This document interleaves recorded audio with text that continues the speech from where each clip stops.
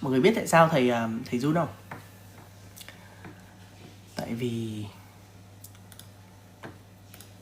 có rất nhiều người xem.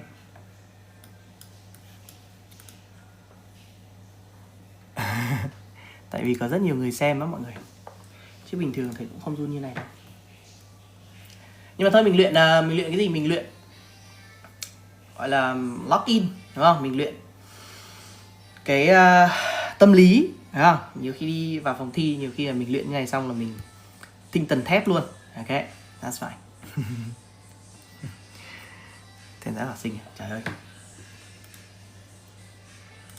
Là cô cũng quá tuổi được khen sinh đấy mọi người.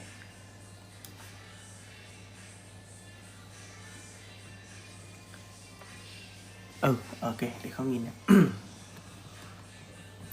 Hi, this is Nancy Boswell. Hello. Can you hear me okay? Yes, hello. Great. What should I call you? You can call me Jay. Okay, Jay. Yeah, I don't know Vietnamese pronunciation. I actually lived in Ho Chi Minh City for a month, or I stayed there for a month to get my CELTA. I took a 4-week CELTA course, which is for teaching English. I needed it to become an IELTS examiner. I needed it to apply to be an IELTS examiner. Wow. So I lived in Ho Chi Minh City for a month, but I was really busy with the course. And I didn't have much time until the very end, and then I saw a few things as a sightseer. Mainly, I just experienced, Saigon. I don't know that you use that anymore, but we still use that. But I just experienced living in Vietnam. The thing that I remember the most, that had the deepest impression on me was motorbikes at rush hour. Yeah, I lived in Ho Chi Minh for 6 years, I think. It was a nightmare. Okay. Whenever I go out.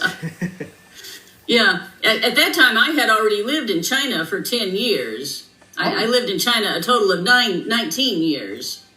I returned to the U.S. 6 years ago. I live at home with my mother and her cats in the U.S. But I lived in China 19 years. But after 10 years, I wanted to be an IELTS examiner if possible.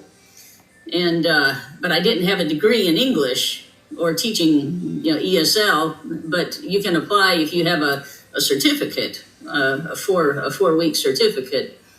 So it cost me about $3,000 altogether, but it was well worth it. The certificate, the courses are expensive. Depends where you take, where you study and what the cost of living is. And I stayed in a nice hotel. Yeah, it must have been not a cheap hotel. It must have been more expensive in China, right? At that time, they didn't even have one in China. Oh. They didn't offer the course. Later they did. Plus, I wanted to go somewhere different.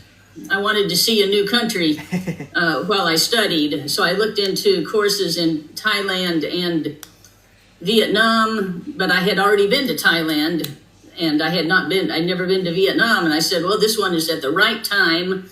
The money is good, or the prices are cheaper in Taiwan and Vietnam. Maybe in China. I don't know what they cost now. Yeah. Anyhow, I had a good experience living there, though I didn't really meet people because I was busy and I didn't see very many tourist sites. But I got the feeling for the atmosphere, for the food, and especially for the traffic. We didn't start until I think 10 o'clock, so I missed the morning rush hour. But we finished at 5 or 4. That's the worst. Yeah. So we had and I could either walk. I could walk to the school where we were holding the class, or take a taxi. Just depended how lazy I was that day. Okay, well that's enough about me. So this is my 45-minute mock exam lesson. what we'll do first is I'll get some information from you. By the way, I just spent 4 minutes talking about myself. I'll make sure you have at least four extra minutes at the end. I don't want to take your time away from you. Okay. So first, I'll get some information from you. Then I'll give you the test and tell you your score and what you need to do to improve. After that, I'll have some time to talk about the mistakes I heard, and there's always time for you to ask me questions. Okay? Does that sound good? Yeah, sounds good. Great. So, have you taken the IELTS exam before? No, I haven't, but I'll take it next week. Oh, not next week. The week after, on the 17th. Okay. I think that's on a Tuesday. Because the 19th is my birthday, and this year the 19th is on a Thursday. Oh, nice. Happy birthday. Yeah, happy birthday in advance. Yeah. And why are you taking the IELTS exam? I want to take it. I don't know. I feel like it's time for me to do it because I want to become an English teacher. So that's the first step to move forward with my career. So are you an English teacher right now? I'm a small tutor, and I have a small channel, a small TikTok account. Do you also teach lessons online, or do you mainly do TikTok? Yeah, you get your students from TikTok, right? Yes. So basically, you want to see what your score is, and you want to have a certificate to show your students. Yes. Is that right? Yes. That's right. Are you an IELTS teacher? No, I teach general English.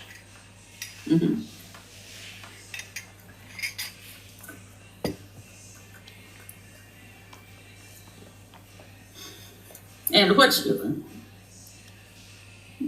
see.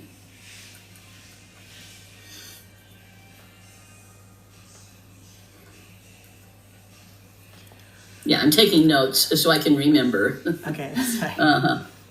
Yeah, I like a lot of people, I forget things quite quickly. What score do you want to make? What is your goal score for speaking? I'm not sure yet. We'll see after this lesson, I think. Okay.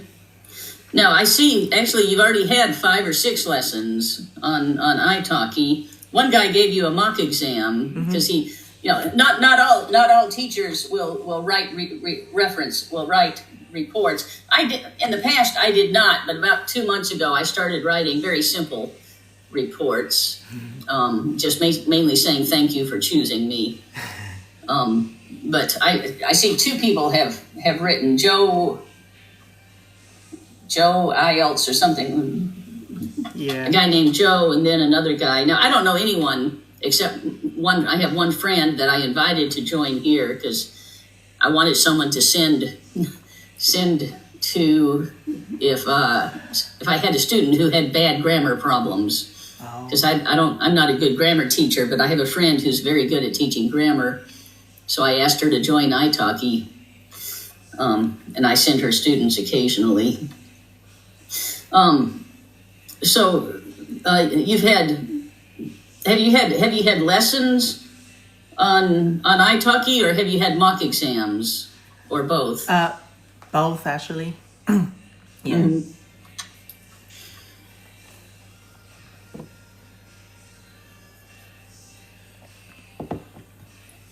Later, I'll ask you what score Joe gave you, but I don't want to hear it now. Okay. How many mock exams have you had? I think I've had 2 or 3. Well, we'll have to compare and see if I agree with them or not. Okay. And why. Okay. Yeah. And why did you choose me? I ask everyone, why did you choose me for a lesson? I'm not sure, but I just choose random teachers. But I see that you're actually quite friendly. Okay, so I'm yeah. glad to hear that. Yeah, so basically you did a search on italki, Yeah. and probably for IELTS mock exams or for IELTS former examiners. Yeah, I only search for former examiners. So Former examiners, yeah. Yeah, well, thanks for choosing me. I know there are several others, or maybe even many others. Yeah. yeah. Okay.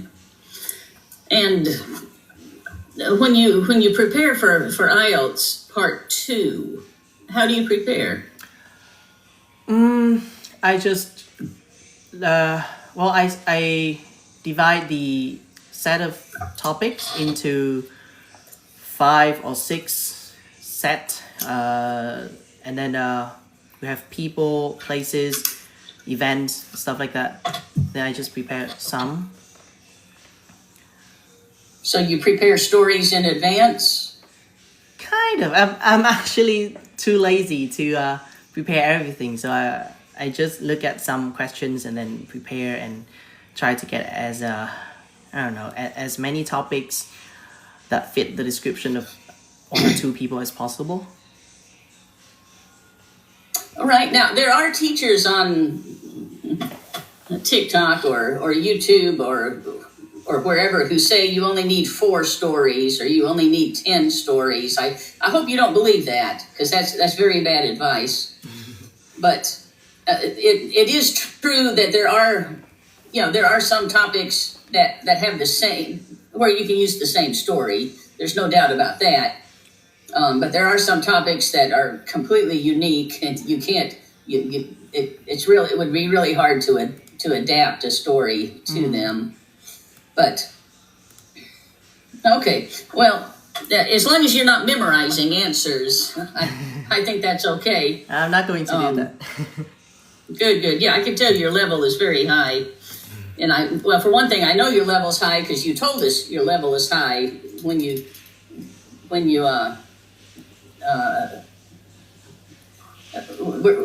how do I say that? You put your English at a level 5. I don't know, is that C1 or C2? On italki? We can, on italki, when you register, you give information, and that including the language that you want to learn and what level you are. And I usually see people with, I think there's five lines. There's 5 lines. I usually talk to people with 2 or 3 lines. And I think that means like B1 or B2, but you have all 5 lines. And I thought, ooh, I'm going to talk to someone who knows how to speak English. That's so good. I had a lesson on another platform, a conversation lesson an hour ago, and it was torture, man. It was torture. I don't know why she chose me. I don't teach beginners. But, gosh, she couldn't even understand the question, can you hear me? I said it 3 times, and I wrote it down, and she still couldn't understand, can you hear me? She had to, and she's a grown woman. She's working. Okay, I'm going to stop complaining. Let me get back on topic. Okay. Okay, so you are familiar with the IELTS. Yes. Yeah, I watch a lot of Yes. content on the internet. Right. Some of it's not good. Some of it's good. I'll find out today if you believe any false things. You know, the 2 things that probably the 2 biggest mistakes that or incorrect pieces of information that people give on social media are you only need to memorize 4 or 6 or 8 stories for part 2. We've already talked about that. That's absolutely terrible advice unless you want to make a band 6. And I know you don't want a 6. I suspect you want an 8.5. I suspect that's your goal, or maybe an 8. You didn't tell me, but I think I know. And the other really bad piece of advice is you only have to talk, in part 2, you only have to talk for a minute and a half. And that's fine if you want a 6 or a 5. But not if you want a high score. You know, for part 2, you need to keep talking until the examiner stops you. and the examiner will stop you exactly at 2 minutes. Those are the two biggest mistakes that I hear that people say. So I can talk for 1 minute and 30 seconds in part 2. Yeah, the internet is going a little funny. Is a little funny for us right now.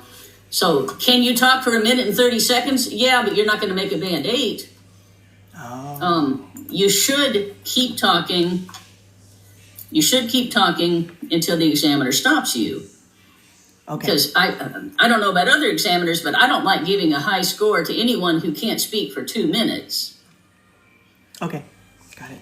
So when you're practicing at home, use a timer, and try. It's hard to finish exactly at 2 minutes. That's a skill that very few people have, but you should be near the end of your story. Yeah. Okay. Now I'll be taking notes. I'm preparing my page right now. I'll be taking notes, and I'll write down some good things I hear, and some bad things I hear. And when I'm writing, I can't talk. Okay. Okay. So don't worry if I'm quiet for a few seconds. It just means, I'm writing. There's my notebook. Now I'll be using an old-fashioned timer. I like the old ones. I know most people use their phones, but I like that one. I believe examiners still use that kind of timer. Okay. Okay. Do you have any questions before we begin? No, I don't. I'm ready. Okay. There's always time for questions later. Yeah. Now, I'm drinking cold water. I'm drinking ice water. Looks like you're drinking milk or soy milk. What are you drinking? Yeah, milk tea. Milk tea, okay. Yeah. Now, it's midnight. It's midnight in... Vietnam. No, it's not. It's 11. No, it's 10. It's 10 in Vietnam, yes. Oh, I got my time mixed up. I got my time mixed up. Yeah, it's 10 at night. Yeah, because you said it's Sunday in Vietnam. I said, see you on... Saturday. Saturday. Oh, that's why you said Sunday. Yeah, of course it's Sunday. For me, it's Sunday morning. For you, it's Sunday night. Yeah, I got my days mixed up when I wrote that a couple days ago. Okay, I'm ready to begin. Okay. Let's see. Oh, I'm sorry. I need to open up my part 2. I keep it on my desktop. Hold on a second.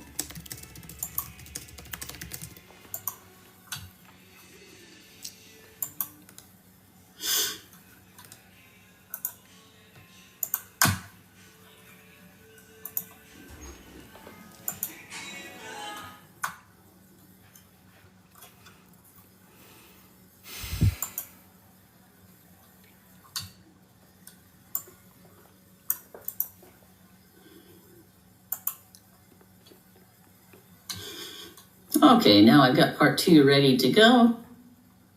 And I'm ready to begin. Are you ready? Yes. Uh-oh. Did I lose you? No. Okay. Okay. Good. Yeah, good. Yeah, let's begin. So you have just walked into my examination room. Excuse me. I have looked at your ID. Now I'll give your ID back, and I'll start asking questions. What is your full name, please?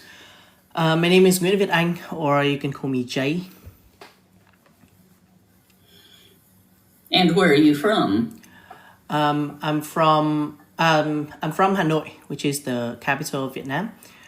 I was born and raised there, and I lived there for about 24 years before I moved to Ho Chi Minh City. But right now I'm living in Da Nang.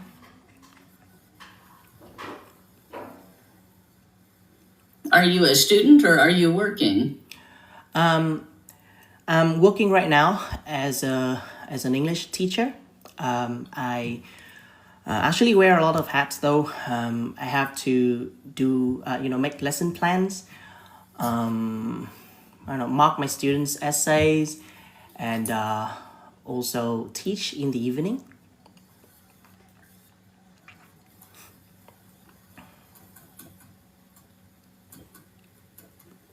How did you get this job? So it's a freelance job. I just put myself out there on social media, and then get some students to contact me, and then yeah, I'll provide the service, which is teaching English. Do you like your job? Well, yes and no. Well, I mean, the most enjoyable aspect of my job is that I get to meet students from all walks of life. I mean, I can talk to like a marketing executive, a doctor, and all of them provide wonderful insights to what they do, and I love listening to stories. But just like any other line of work, there are certain aspects that can be undesirable. Is that I have to teach in the evening, and the evening is usually the time that I have that I spent with my wife before I had the job. So let's just say that the time isn't really convenient. Now we'll talk about eating snacks. When do you usually eat snacks? Well, let me think. Definitely not in the morning, because I don't have breakfast. But I don't eat anything in the morning. Probably in the afternoon after I take a nap. I wake up usually feeling hungry, and then I just grab some snacks to eat.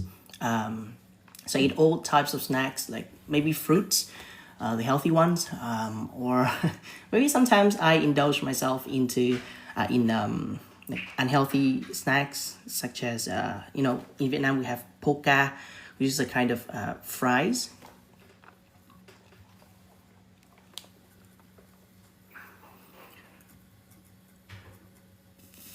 Do you prefer sweet or salty snacks?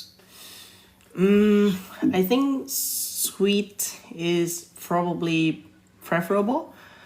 Well, because I think it's mainly because I have a sweet tooth. I just love sweet stuff.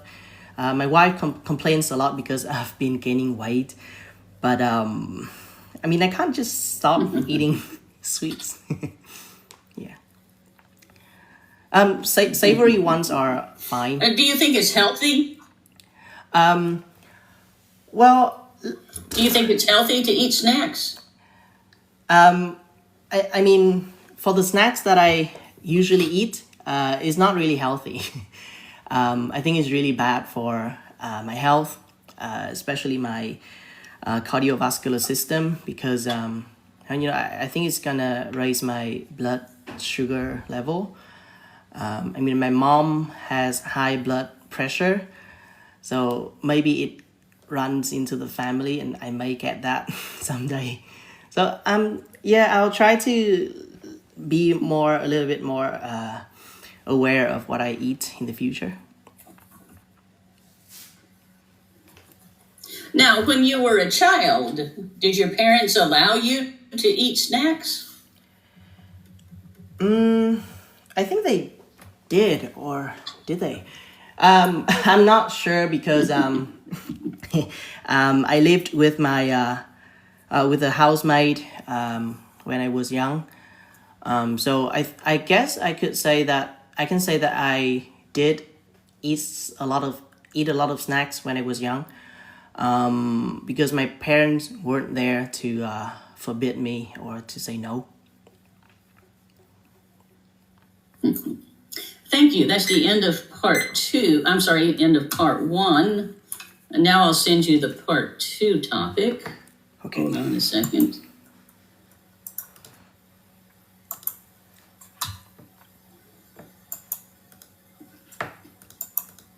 I'd like for you to describe a city you've been to and want to visit again.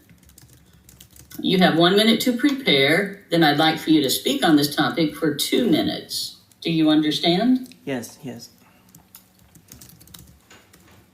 Thank you. You have 1 minute to prepare.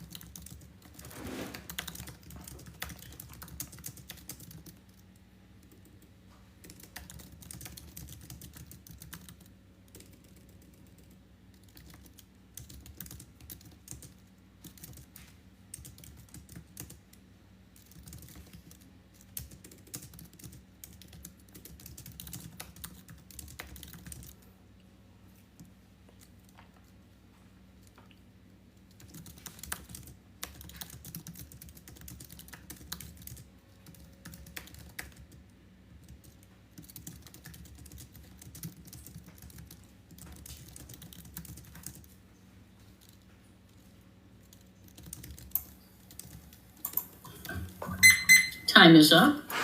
Now I'd like for you to speak on this topic for 2 minutes. Don't worry if I stop you. You may begin now, please. Okay, so one of the most memorable cities that I have ever lived in is Saigon, and it's known as Ho Chi Minh City for foreigners.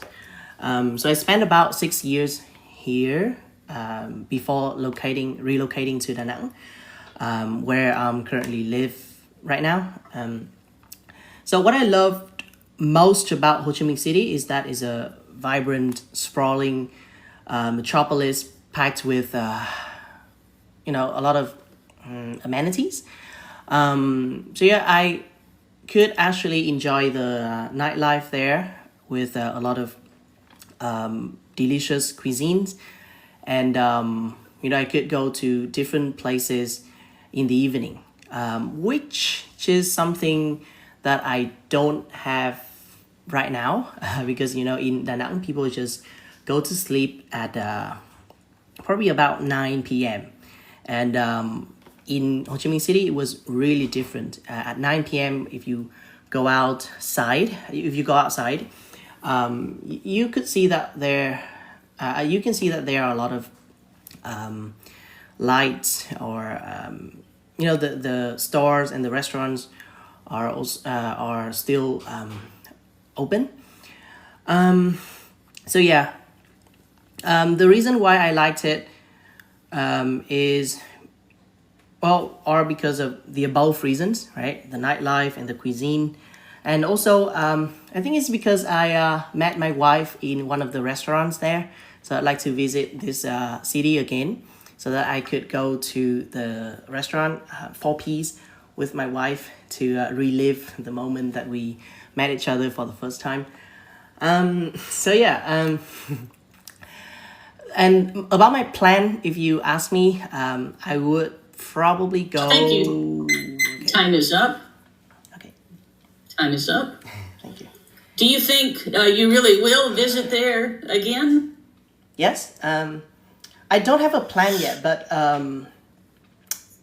if possible, it would be probably by the end of the year. By the end of this year, I mean. Mm-hmm. Thank you. That's the end of part 2. Now we'll start part 3. You have just talked about a city you've been to and want to visit again. Now we're going to talk about cities and travel in general. So why do you think some people prefer to travel to cities or to visit cities instead of mountains or the countryside or whatever? Okay, I think they are just like me. I prefer going they prefer going to cities just because there are I don't know, maybe they are more familiar with the urban setting that they probably grew up in. So yeah, I can't stand the countryside. So it's probably the same for them as well, because there can be a lot of well, I'm not sure. What can they be in the countryside? Well, I mean, bugs, insects, mosquitoes. So going to like the city is way better for them in terms of like the environment or the setting. Sure. Yeah, let me kind of follow up on that question. What are some features that make a city interesting to visit? Yeah. Okay. I think Like, cities. why would tourists want to visit certain cities? What? Yeah, I think the government invests in cities more than the countryside, you know, because, you know, I think they live there. A lot of governors live in cities, so of course they'd like to have a better quality of life. So being able to be in a place where the infrastructure is better, you have a higher quality of life would be preferable for a lot of people. So yeah, if you Right now, I'm asking about the tourists. Oh, yeah. Also, okay, yeah. yeah, so yeah, being able to What draws tourists to certain cities? yeah, like the same with the residents. I think being able to, you know, experience high quality food, right, or high end restaurants, like live in or reside in stay in a 5-star hotel would be something that they look for. Of course, there are maybe good accommodation in the countryside, but maybe that would be a little bit more expensive, because that would be like one of the few choices that they have, and you know, because of demands and supply, maybe the price can be extremely higher.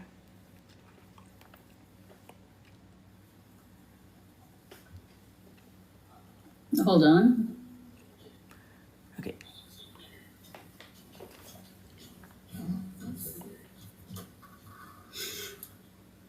Now, let's talk about the past. What were some cities that were popular tourist destinations in the past, and are they still popular today? I'm not sure because I haven't been to a lot of places, or I'm not a huge fan of you know, traveling. But based on my observation, well, if we're speaking about cities in Vietnam, then I think Ho Chi Minh City was like a go-to spot for a lot of foreign tourists. However, right now, as I'm living in Da Nang, right, Da Nang is now maybe the most attractive destination for a lot of international tourists, because I can see the shift with my own eye. So yeah, I think it's because people are, I don't know, travelers are trying to go to places that are a little bit more tranquil, especially after, you know, the pandemic. Your life was really hard, and maybe now just want to find a place where they can relax and you know, enjoy their life. Okay, let me ask just kind of a general question about the living in a city or in the countryside. So, what are some advantages and disadvantages of living in the countryside compared to living in the city, in a big city? Okay, so in the countryside, I think there are not a lot of things to do, not a lot of amenities, even the job opportunities there are not something that are high, not as high as the city. You know, you can easily find a job in the city, Like in Vietnam, you can find a good job, a high-paying job in Ho Chi Minh City. In contrast, if you live in like the suburb of Da Nang, for example, I think it must be really hard to find a career or to even have like a job to support your family. So a lot of people are moving to the city for those reasons. Another thing that I think is the difference between the countryside and the city is that maybe is the environment. The city must be more polluted than the countryside, right? Because of all the CO2 emissions, exhaust fumes from cars or factories. So yeah, well, I think the countryside must be more suited for older people, and the young can. Thank you. That's the end of part 2 and the end of the exam. Sorry to stop you. Okay. Let me have a few seconds to look at my notes and write down my scores. Okay. Okay? Let me have a few seconds to think.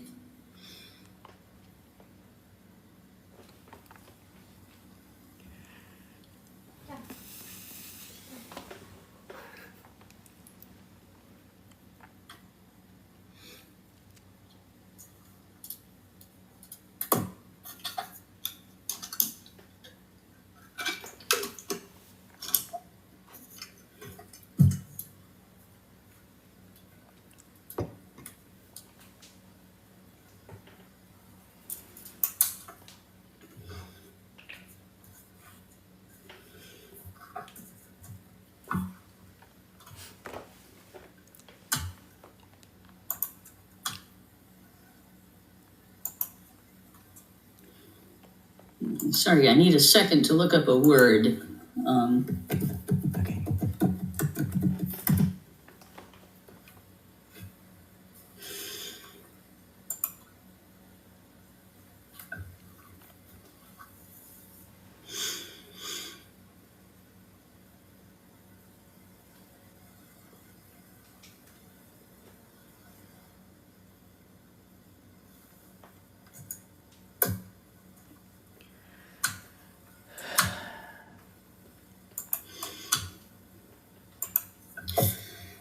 Okay, well, this doesn't happen very often for me, but I think this is an 8.5. I don't think you reach a 9 in 2 areas, but I think the score, based on what I heard today, is an 8.5. And I'll explain why I'm giving you an 8.5. Now, as you probably know, examiners write down 4 scores. And later someone else writes down the total speaking score. But the examiner is listening for 4 things. So I'll write down the 4 scores that I gave you, and then we'll talk about them.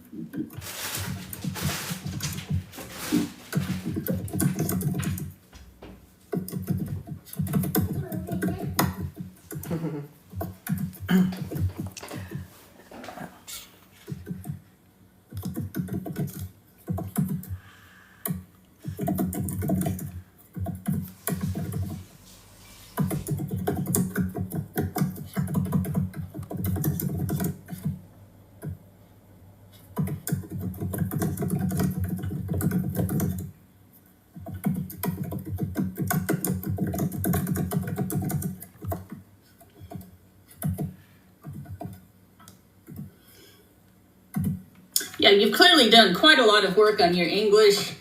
Maybe you've lived in the U.S. or Canada? No, No? no. I've lived in Vietnam for my whole life. Okay. Have you watched, as a child or as a teenager, did you watch a lot of TV shows or movies? Yeah, Disney channels or Cartoon Network. Yeah, maybe the early exposure has helped you have a very good accent. Maybe. That's what I noticed. Occasionally, I'd have a very good student in China, and I'd say, "Did you study in the U.S. for a year?" No. Why is your accent so good? Oh, maybe it's because I watch the TV show Friends every day, or I watch movies or whatever. So just listening to something, listening to English can help a lot of people. Not everyone, but can help a lot of people have a better accent. Okay, so let's talk about the scores.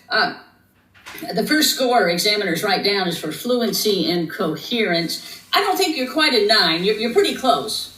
But I don't think you're a 9 for fluency.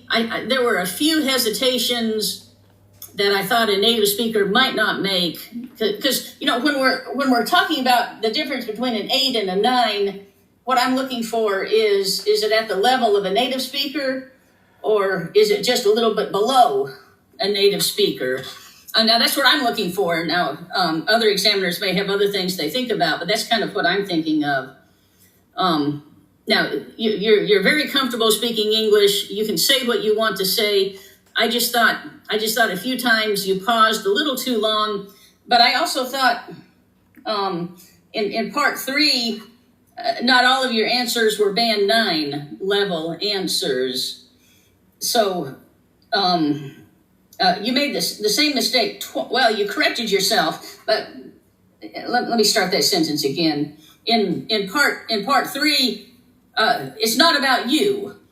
So when I asked about what was that first question? I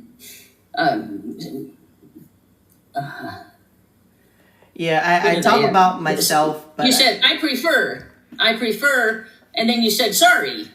So you realized I didn't ask about you. I said I already forgot. I have it written down somewhere. I think it was why do people prefer visiting cities? Yeah. And you said I prefer. Oh, sorry. They prefer. Yeah. But then just a few sentences later, you said I can't stand the countryside. So you went back to yourself. But in part 3, it's not about you. So part 1 and part 3 have similarities. They're both between 4 and 5 minutes long. They're both question and answer.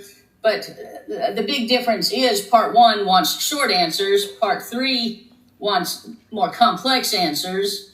And the other big difference is part 1 is about you and things you know. Part 3 has general questions. Almost always, occasionally, the examiner might say, well, what is your opinion about da-da-da-da-da? Now, they won't, or they shouldn't say, when you were a child, did you do this? Or does your family like... Now, I made that mistake when I was an examiner a few times, and that was wrong. But so a new examiner might make a mistake and ask a personal question. Does your family like doing this? Well, that's wrong. And I actually made that mistake as a new examiner, and I was caught by my supervisor and told, don't do that. Okay, yeah, I don't know why I did that.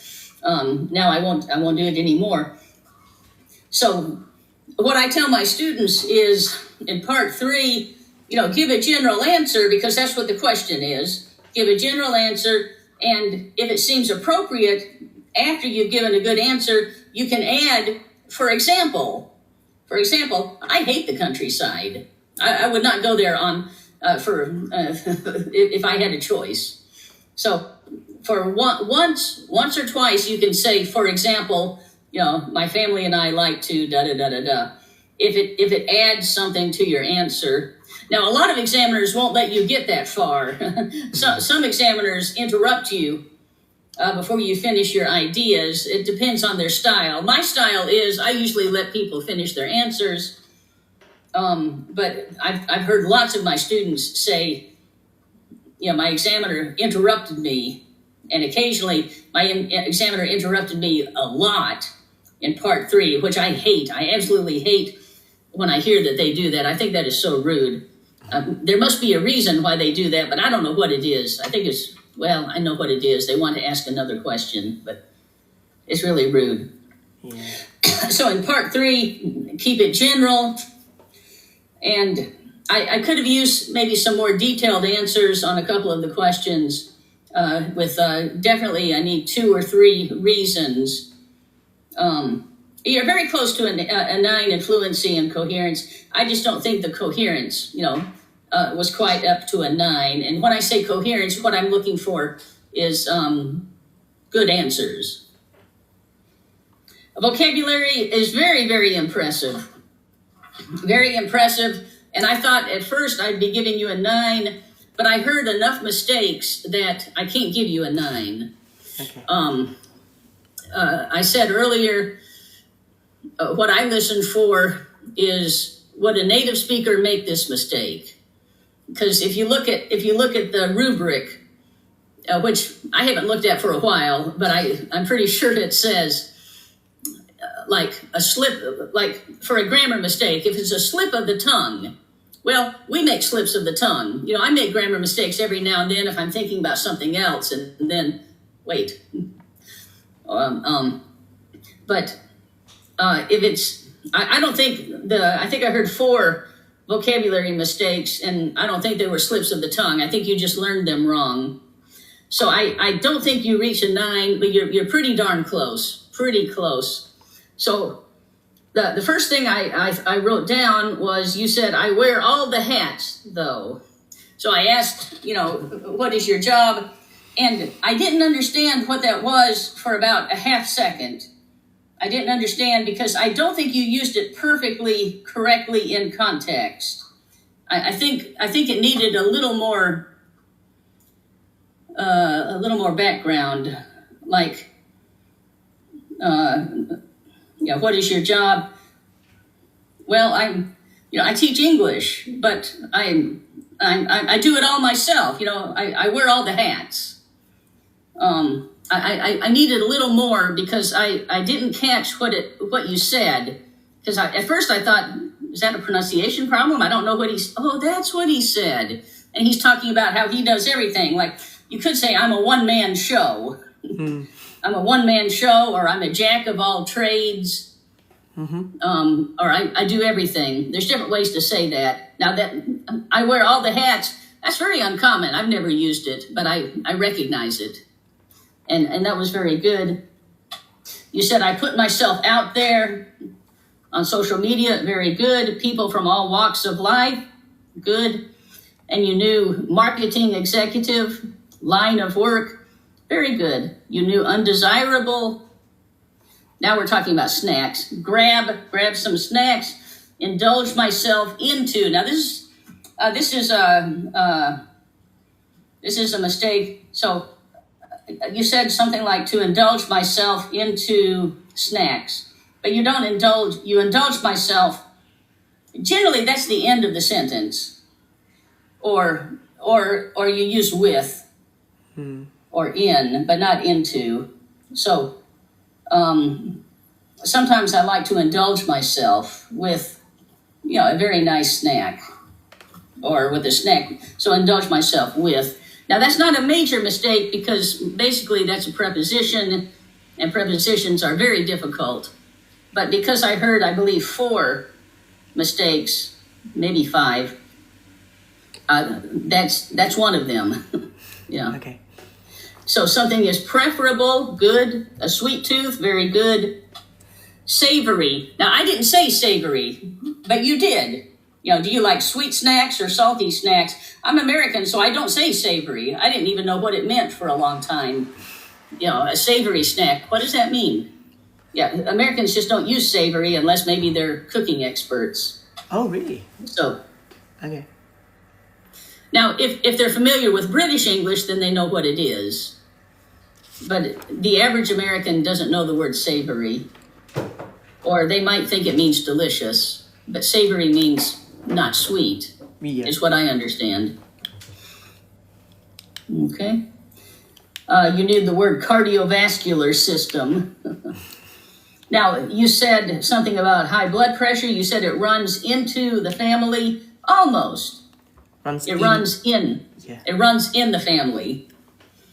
And a native speaker would never say, high blood pressure runs into the family. They would never say that. And they would say it runs in. Mm-hmm. Now, in part 2, you talked about Ho Chi Minh City. By the way, You actually got reversed. You said, I lived in Saigon, which foreigners call Ho Chi Minh City. It's actually the opposite.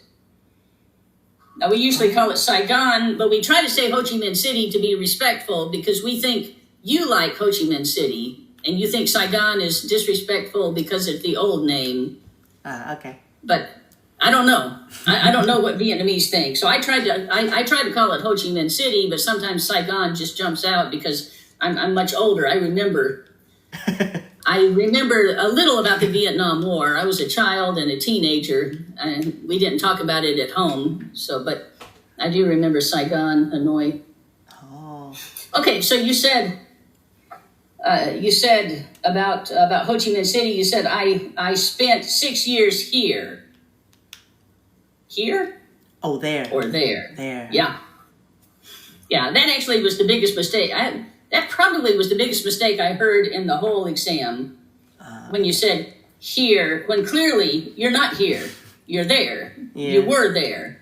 Yeah, I would say that's the biggest mistake that I heard in the whole exam. Okay, you said Ho Chi Minh City is a vibrant, sprawling metropolis. Now that sounded a little memorized, and I could see your eyes. Your eyes, it's like your eyes were looking at something, like you memorized it. Now, I might be wrong, but that's what it sounded like to me. But that's okay. You said it correctly, and you used the word metropolis correctly. I can't tell you how many times students have tried to use the word metropolis and have either said it incorrectly or used it incorrectly. Yeah. Like Shanghai is a metropolis city. Yeah. No. It's a noun. It's not an adjective. Metropolitan city, maybe. Yeah.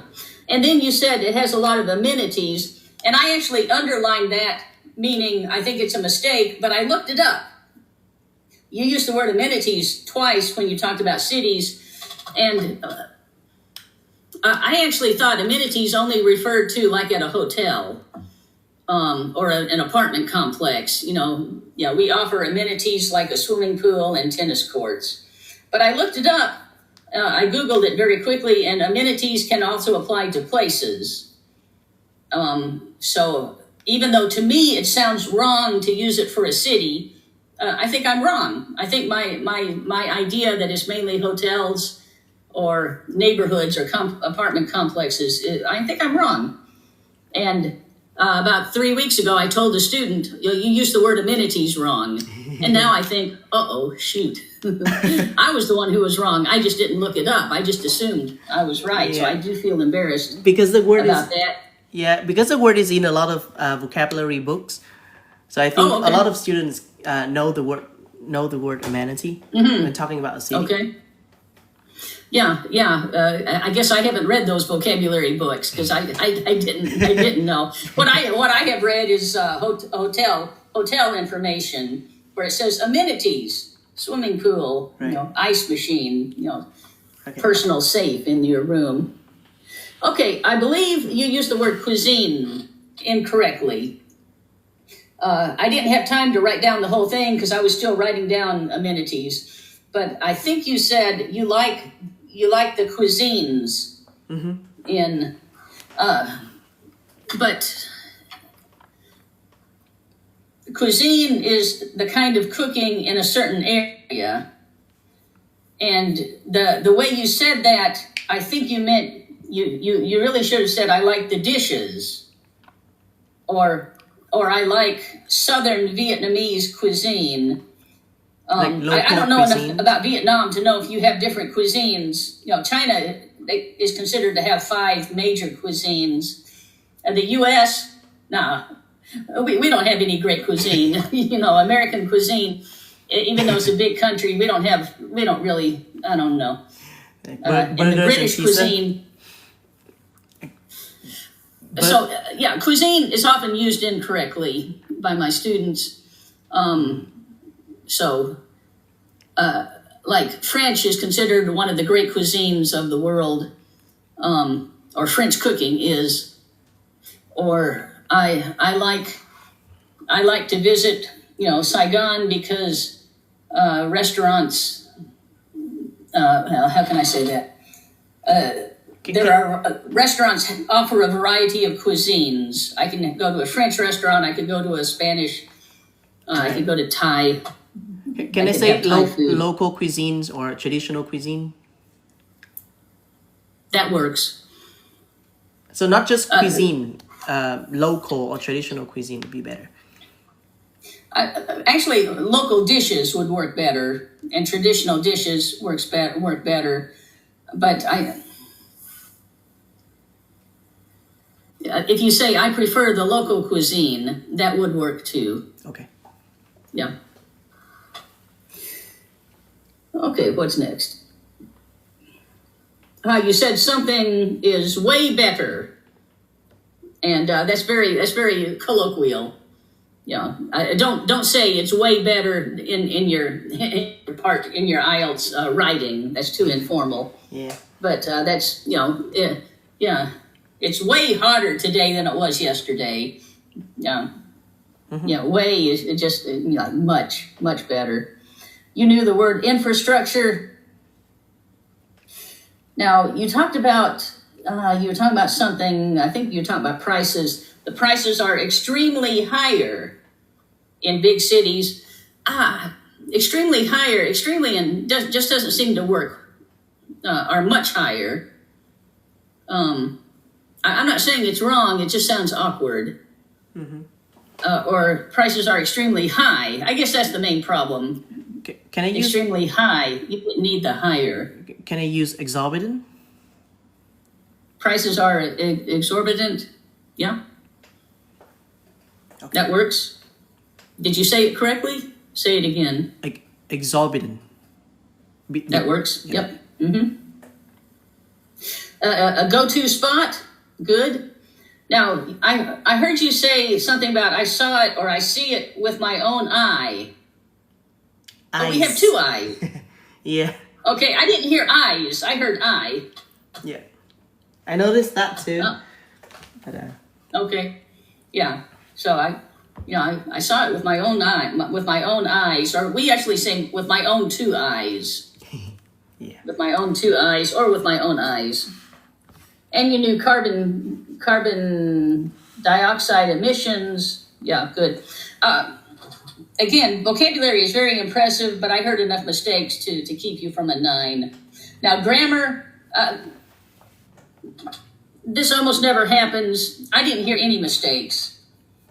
This is where I write my grammar mistakes. I thought I heard a mistake, but when I wrote it down, I thought, that's not wrong. That's right. So grammar has nothing. And this is where I wrote down pronunciation mistakes. I didn't hear any pronunciation mistakes. So with grammar, I have no reason to give you an 8. I wanted to. And you could make an argument that a couple of the vocabulary mistakes could be grammar mistakes. And, you could make that argument. Like, it runs into the family. Is that a grammar mistake or is that a vocabulary mistake? I put it in the vocabulary section. Another examiner might consider it a grammar mistake.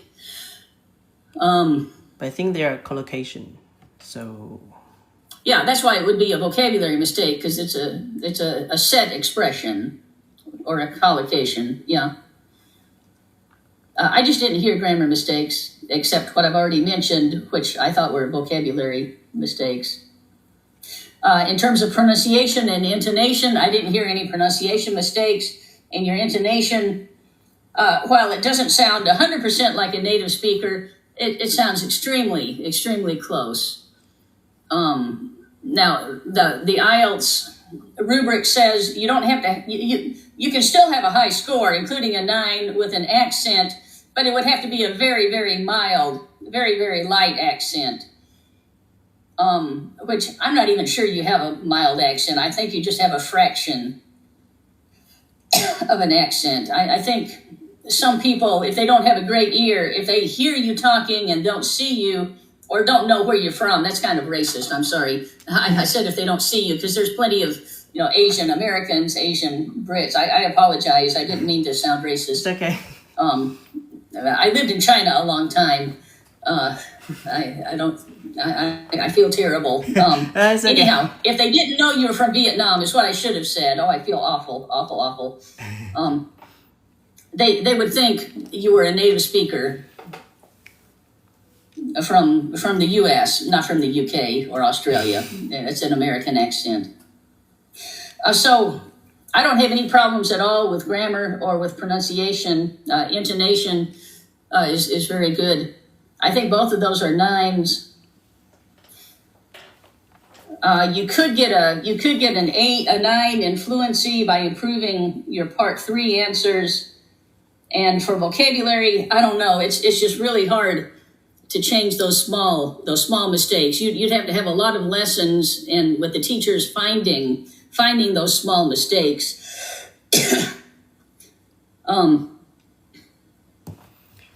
Your test is in what, 2 weeks? Yeah.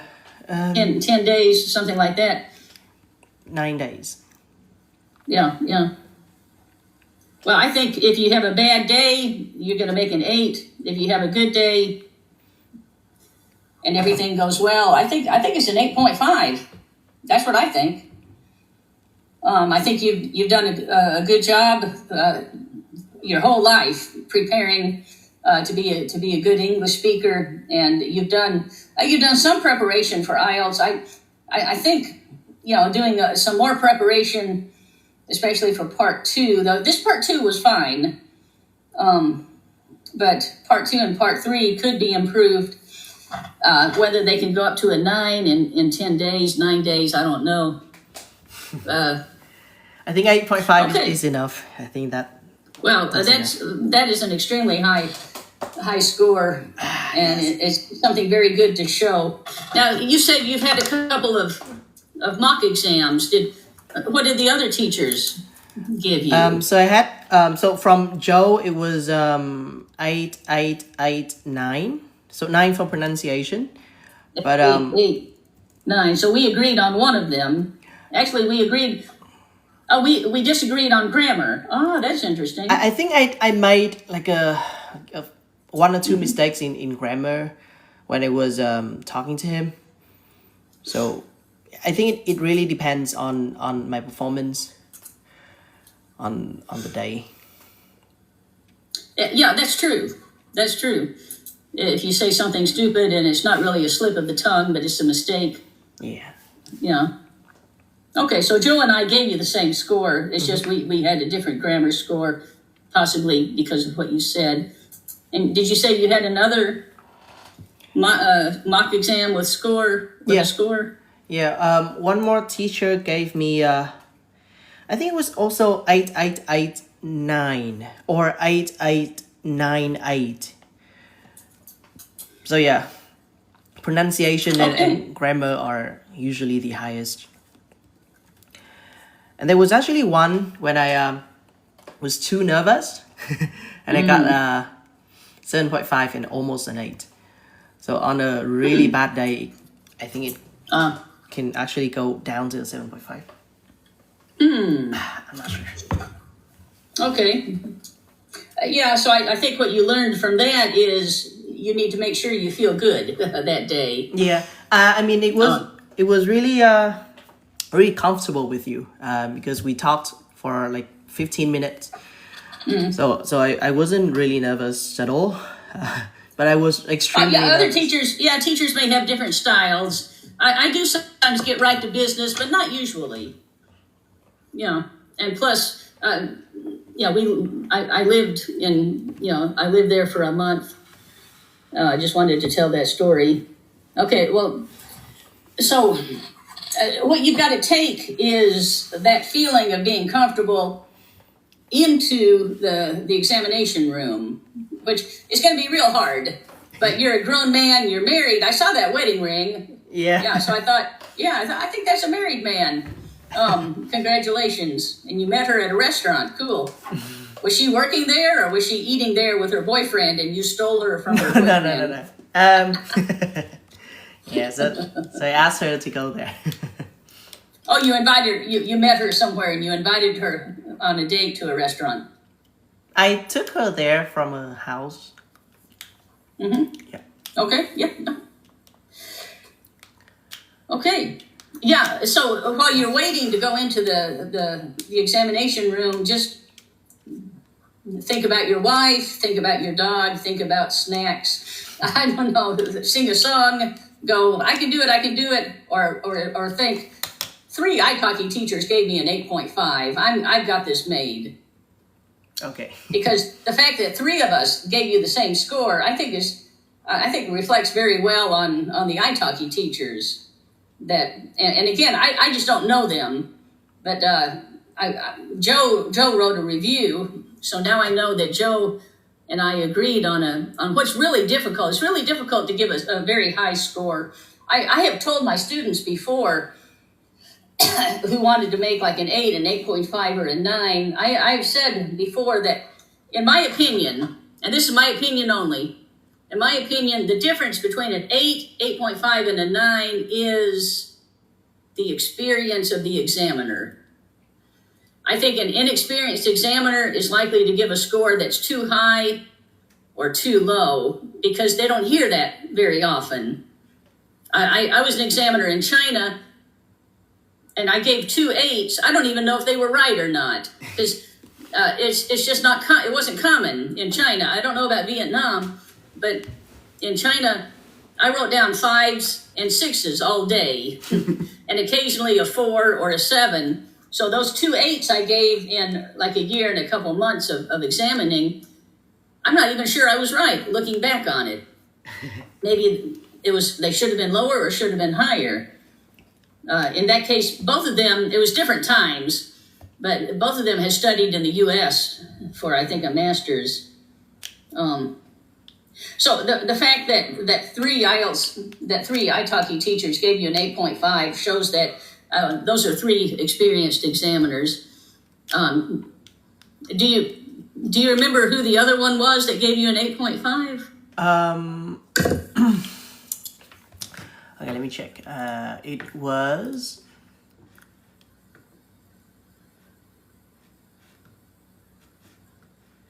where can I... Oh, yeah, here. It was Steve, IELTS examiner. Steve, okay. IELTS examiner. I haven't seen him before. Unless he lives in South America. Does he live in South America? Did he say? No. I think he... An American... I think he's... Okay, yeah, I don't know him. Yeah, okay.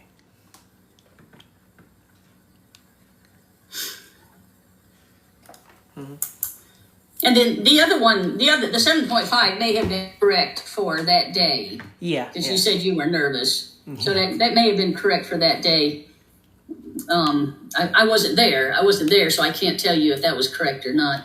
But as you discovered, it could be that, being nervous and sometimes having questions you're not prepared for can make the difference. That's why I strongly recommend that you look at all of the Part 2 topics that you can find.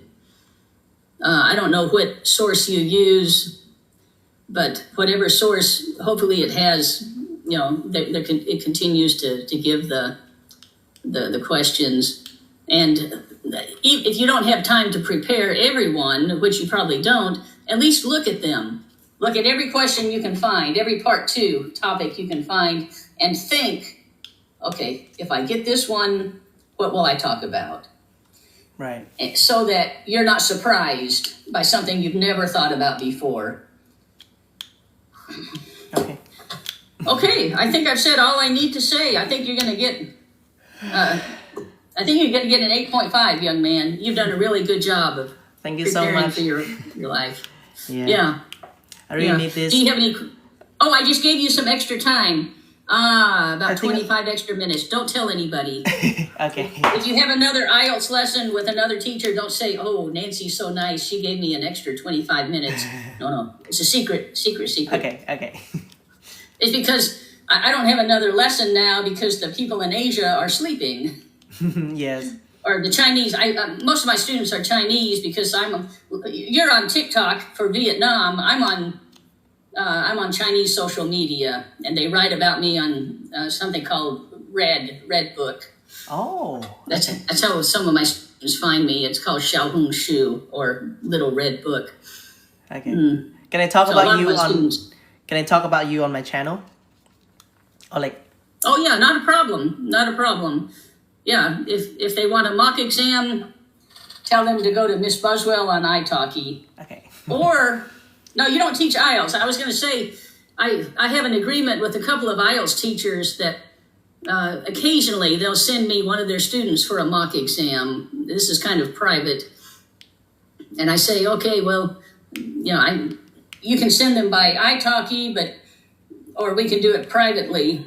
You know, and most of them don't want to use iTalki just because they don't want their students to see other possibilities. You know, that's logical. But if you ever have an IELTS student who needs a mock exam, we can take care of this privately. Okay. Or send them to iTalki. But All right. anyhow, Yeah. you're welcome to mention me, Miss Buswell at iTalki, Okay. specializing in mock exams. But I do take people for IELTS preparation if they're a pretty high level. I just don't enjoy helping people who are a band 5 or 5.5. I'm just not that patient with them. Okay. Okay. My friend Leisha, my friend is. I would send them to my friend. All right. Yeah, I think that's that's way more than Okay, enough. yeah, and it's getting late. It's getting, well, no, it's only Yeah, 11. taking a lot of your time. There, I keep thinking China time, but no, Vietnam is 12 hours Okay. from me, not 13. Yeah. All right. So thank you so Okay, much Jane. for today.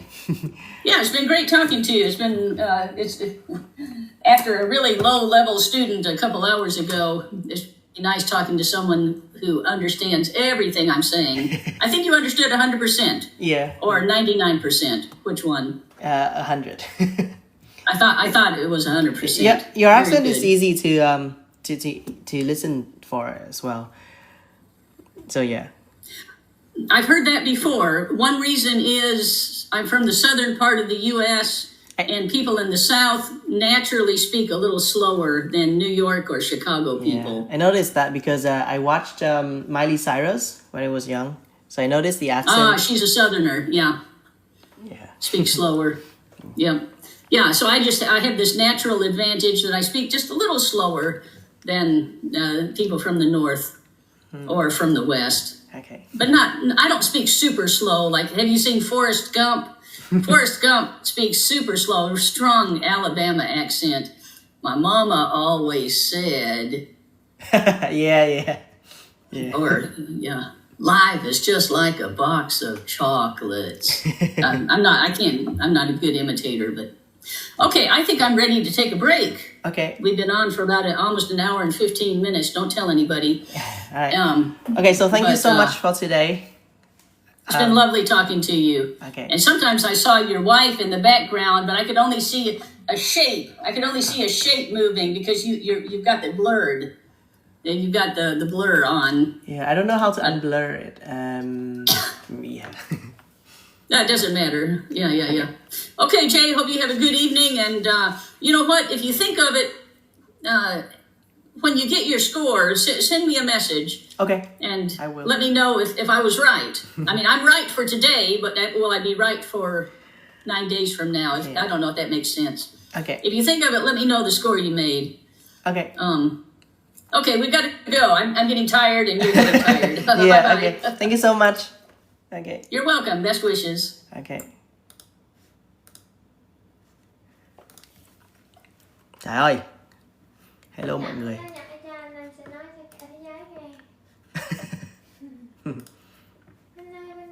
Hello các bạn. Mọi người ơi, hôm nay hơi muộn rồi. Thầy tưởng là test 45 phút mà cô chat quá trời, lên tận tiếng 15 phút. Đất ơi. Cái này là ok đúng không? Đi thi như này là ok đúng không? Hôm nay mọi người thấy không? Mình nói chuyện tầm 10-15 phút là mình vào mình nói nó sẽ ok hơn đúng không? Tại vì nó đỡ nervous á. Cái lần gần nhất là gọi là extremely nervous lần đó. Cảm giác là mình nói tự nhiên hơn, mình không nghĩ về từ vựng này, mình không nghĩ về idioms các thứ, nó hay hơn đúng không? Vậy là thầy Patrick ok nha. Thầy Patrick là là khuyên ok. Còn ví dụ trước có một số thầy khuyên là dùng idiom cái thứ là bắt đầu cái đầu óc nó mụ mị rồi.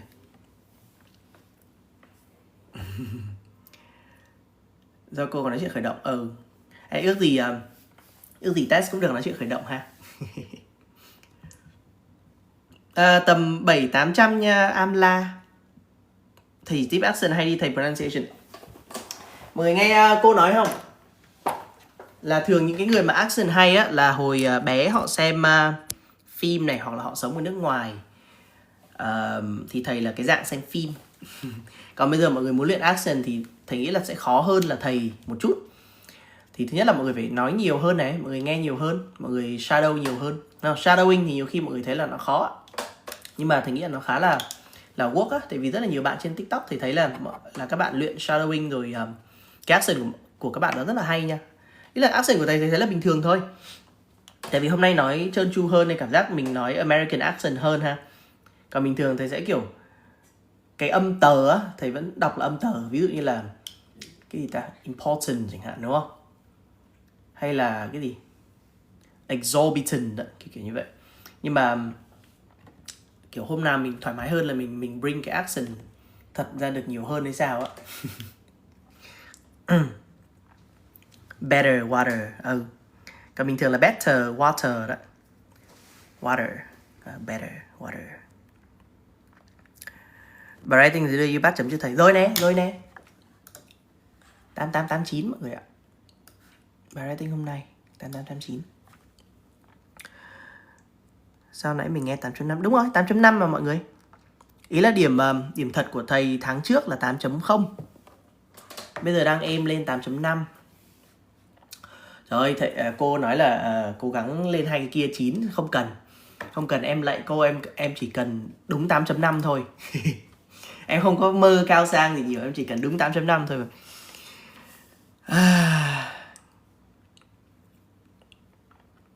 Vô nói chuyện với exam là như bạn là kỳ. Đúng rồi. Shadowing mình nói một lúc với người ta hay đợi người ta nói hết câu mình nói ạ. Em nghe trước đi, em nghe người ta nói trước đi, xong rồi mình bật lại để mình nói chuyện cùng một lúc luôn á. Đi đâu 9 thiệt không được 9 đâu. Cô khuyên gì mà dài. Nói chung là cô hỏi về các examiner trước á. Nhưng mà đúng là hôm nay tí thầy tua lại thầy xem, nhưng mà đúng là hôm nay cảm giác là nó mượt hơn thật. Mình nói nó mượt, mình không bị gọi là stuck quá nhiều á. Giấu xong tự nhiên một tí có thể trả lời là không thật. Cô bảo chắc là em 8.5. Với cả chủ đề snack nó cũng không quá là khó. Có 6 múi đổi tên thầy em. Đúng rồi. Nguyễn Võ Lê Quốc học Nam. Hello. Thầy xem TA2. TA2 là gì ta? Cái này hả? This one. Bài này.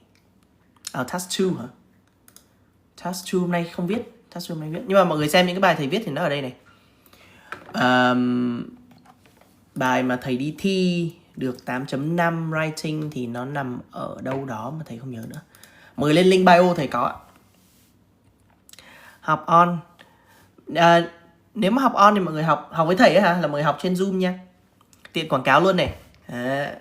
Là thầy đang còn, nghĩa là 2 lớp của thầy tháng này là full rồi nha. Nhưng mà còn một vài lớp vẫn đang hơi ế, mới có 4-5 bạn thôi. Maximum 8 bạn cơ. Nên là mọi người có thể tham khảo qua cái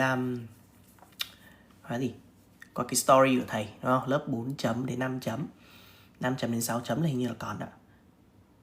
5 chấm đến 6 chấm còn không ta? Em 6 như còn một slot thì phải.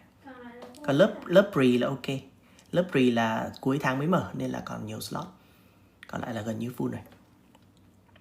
Mấy cái lớp gì ta? Mấy cái lớp cấp tốc á, mở tháng nào là gọi là hết tháng đó mọi người.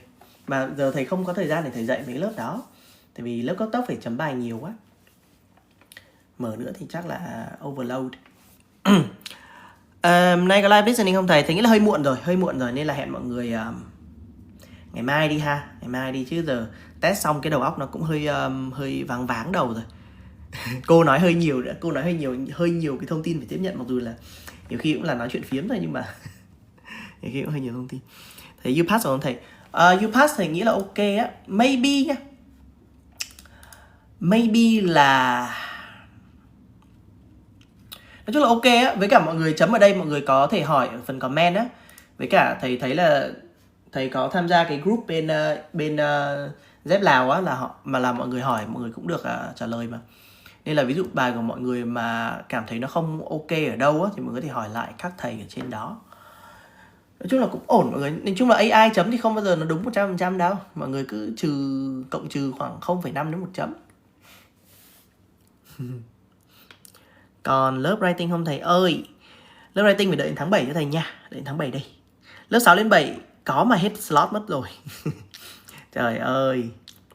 6 đến 7. Nhưng mà mọi người cứ inbox thầy đi, cứ đặt gạch đi. Nhiều khi thầy sắp xếp được á. Mở cái inbox đặt gạch nha. You pass mất phí nha. 15.000 một bài, nhưng mà nếu mọi người mua như thầy là 400 đậu thì là 7.000 một bài.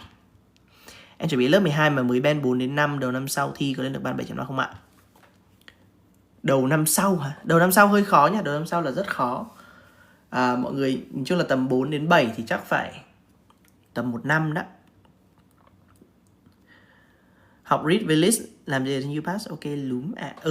Anh ơi file hôm nay có up không ạ? Có nhá mọi người.